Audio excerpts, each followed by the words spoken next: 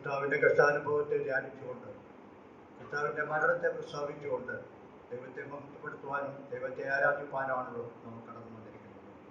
നാം വായിക്കുകയായിരുന്നു, പുത്രനെങ്കിലും താൻ അനുഭവിച്ച കഷ്ടങ്ങളാൽ അനുസരണം പഠിച്ച് തികഞ്ഞവനായിരുന്നു. കർത്താവ് ക്രൂശിതനാകുന്നതിന് മുമ്പേ പീലാത്തോസിന് മുമ്പാകെ വിസ്തരിക്കപ്പെടുന്നതായിട്ട് നാം വായിക്കുന്നു. സുവിശേഷം 27-ാം അധ്യായത്തിൻ്റെ 22-ഉം 23-ഉം വാക്യങ്ങൾ വായിക്കുവാനാണ്. മത്തായിയുടെ സുവിശേഷം 27-ാം അധ്യായത്തിൻ്റെ 22-ഉം 23-ഉം വാക്യം.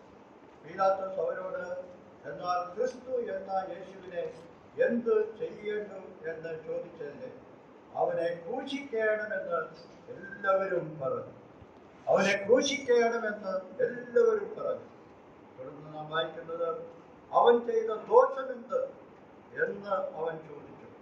അവനെ ക്രൂശിക്കണമെന്ന് ഏറ്റവും നിലവിളിച്ചു. പീലാത്തോസ് പല പ്രാവശ്യം അവനെ വിസ്തരിച്ചതായിട്ട് നമുക്ക് കാണുന്നുണ്ട്.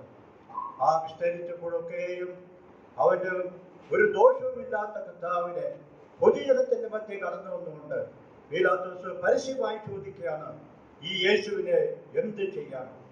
എന്നാൽ ഒരു കുറ്റവും അവനോട് തെളിയിക്കുവാനോ അവനെ കാണിക്കുവാനോ കഴിവില്ലാതിരിക്കുമ്പോൾ അവർ ആർത്ത് വിളിക്കുന്നത് അവനെ ക്രൂശിക്കണമെന്നാണ്.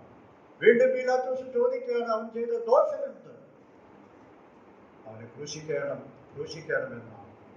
കൊരിന്ത്യലേഖനത്തിൽ നിന്ന് വായിക്കുന്നത്, പാപമറിയാത്തവനെ നാം അവനിൽ ദൈവത്തിന്റെ നീതിയാകേണ്ടതിന് അവൻ നമുക്ക് വേണ്ടി പാപമാക്കിയപ്പോൾ ദൈവത്തിന്റെ മുമ്പാകെ പാപത്തിന്റെ ശിക്ഷയായിരിക്കുന്ന മരണം അനുഭവിക്കേണ്ടത് ആവശ്യമാണ്. നമ്മുടെ കർത്താവ് പാപം ചെയ്തിട്ടില്ല.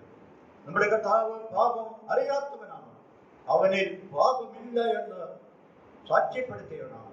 ഇവൻ എൻ്റെ പ്രിയപുത്രൻ, ഇവനിൽ ഞാൻ പ്രസാദിച്ചിരിക്കുന്നു എന്ന് സ്വർഗം സാക്ഷ്യപ്പെടുത്തിയ കർത്താവ് സർവ്വലോകത്തിൻ്റെയും പാപത്തെ ചുമന്നുകൊണ്ട് അവൻ ക്രൂശിലേക്ക് നടന്നു നീങ്ങുമ്പോൾ അവന് കിട്ടാനുള്ള ശിക്ഷ ക്രൂശിക്കുക മാത്രമാണ്. കാരണം പാപികളും ദോഷികളുമായിരിക്കുന്ന നാം ആയിരുന്നു ശിക്ഷ അനുഭവിക്കേണ്ടവർ.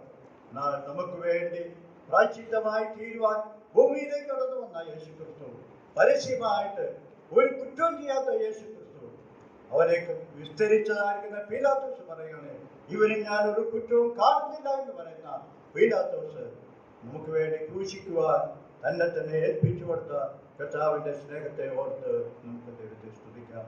ഇന്ന് രാവിലെ പാപമില്ലാത്ത ദൈവത്തിന്റെ പുത്രൻ, ഇതാ ലോകത്തിന്റെ പാപം ചുമക്കുന്ന ദൈവത്തിന്റെ കുഞ്ഞാട് എന്ന് പറഞ്ഞ് ലോകത്തിലേക്ക് അവതരിച്ച യേശു ക്രിസ്തുവിനെ നമ്മുടെ പാപങ്ങൾക്ക് പ്രായശ്ചിത്തമായി തീരുവാൻ അവൻ നമുക്ക് വേണ്ടി സർവ്വലോകത്തിന്റെ പാപത്തെ ചുമന്നുകൊണ്ട് കാൽവരി ക്രൂശിലേക്ക് നടക്കുമ്പോൾ അവൻ ക്രൂശിക്കുവാൻ അർഹതയില്ലാത്തവനാണെങ്കിലും അവൻ നമ്മുടെ പാപം ചുമന്നപ്പോൾ നമ്മുടെ പാപങ്ങൾക്ക് പ്രായശ്ചിത്തമായി തീരുവാൻ അവൻ ക്രൂശിക്കപ്പെടേണ്ടതിന്, മരിക്കേണ്ടതിന് ആവശ്യമായിരുന്നു.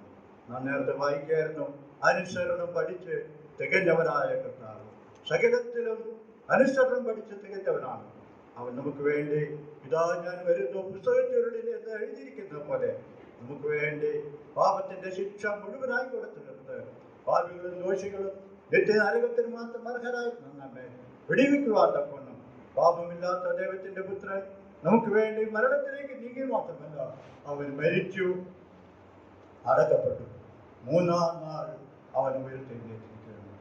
വളരെ സന്തോഷത്തോടുകൂടെ നമ്മുടെ പാപങ്ങൾക്ക് പ്രായശ്ചിത്തമായി തീർന്ന കർത്താവ് മരണത്തെ ജയിച്ചവനായി ഉയർത്തെഴുന്നേറ്റിരിക്കുകയാണ്. ഈ മേശതാണ് വിളിച്ചറിയിക്കുന്നത് എൻ്റെ ഓർമ്മയ്ക്കായി സേവനം. ഇന്ന് രാവിലെ നമുക്ക് വേണ്ടി കഷ്ടാനുഭവമുള്ള തികഞ്ഞവനായ കർത്താവിൻ്റെ മരണത്തെ ഓർത്തുകൊണ്ട് അവൻ്റെ കഷ്ടാനുഭവങ്ങളെ ധ്യാനിച്ചുകൊണ്ട് നമുക്ക് വേണ്ടി പാപമില്ലാത്ത ദൈവപുത്രൻ നമുക്ക് വേണ്ടി തന്നെ ഏൽപ്പിച്ചു കൊടുത്ത ദൈവസ്നേഹത്തെ ധ്യാനിച്ചുകൊണ്ട് നമുക്ക് അവനെ ആരാധിക്കാം, അവനെ മഹത്വപ്പെടുത്താൻ, അവൻ്റെ വരവിൽ അവൻ്റെ ഇനിയും മുഖാമുഖമായി കാണുമെന്നുള്ള പ്രത്യാശയോടുകൂടെ നമുക്ക് അവനെ ആരാധിക്കാം. ദൈവനാമത്തിലെ